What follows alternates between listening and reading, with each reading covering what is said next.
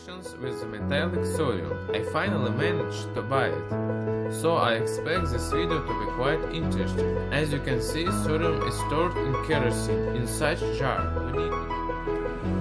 Here I'm working with some lithium metal, very difficult to cut. I've got a piece of sodium here, pretty easy to cut.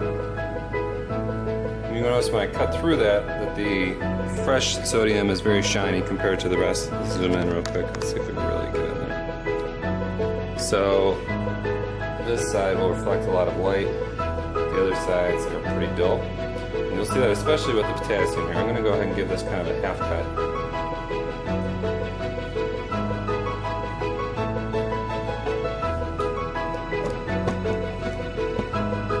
So for the potassium, this is the side that's freshly cut, and you can see the dullness to the other sides compared to that one. Conductivity tester, we can see that the lithium is an excellent conductor of electricity. And look at sodium.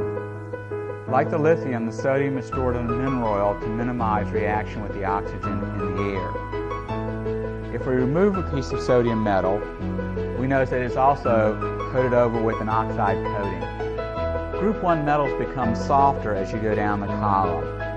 The sodium is much easier to cut than the lithium. As we cut off the oxide layer, we can see the shiny metal underneath. It coats over very rapidly with a layer of oxide.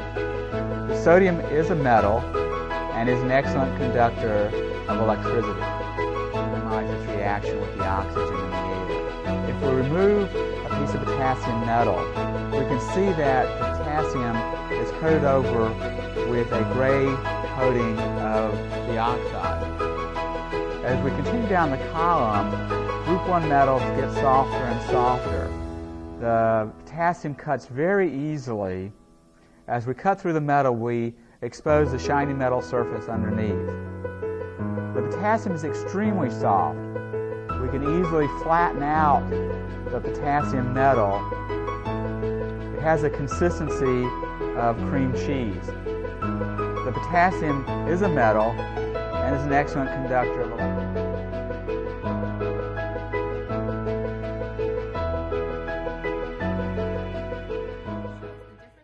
Reactivity between lithium, sodium, and potassium.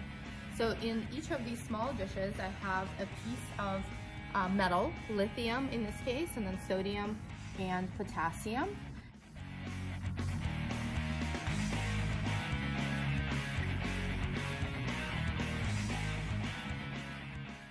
And then in these crystallizing dishes, we have water mixed with some phenolphthalein indicator that will show us a change in pH that occurs upon this reaction.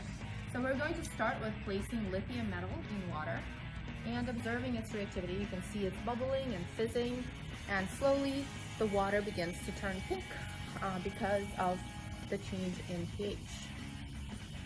Next, we have sodium metal, and this reacts more vigorously and actually melts as it reacts. And the hydrogen that's emitted during the reaction catches on fire and makes that really fun burst. And now this is potassium.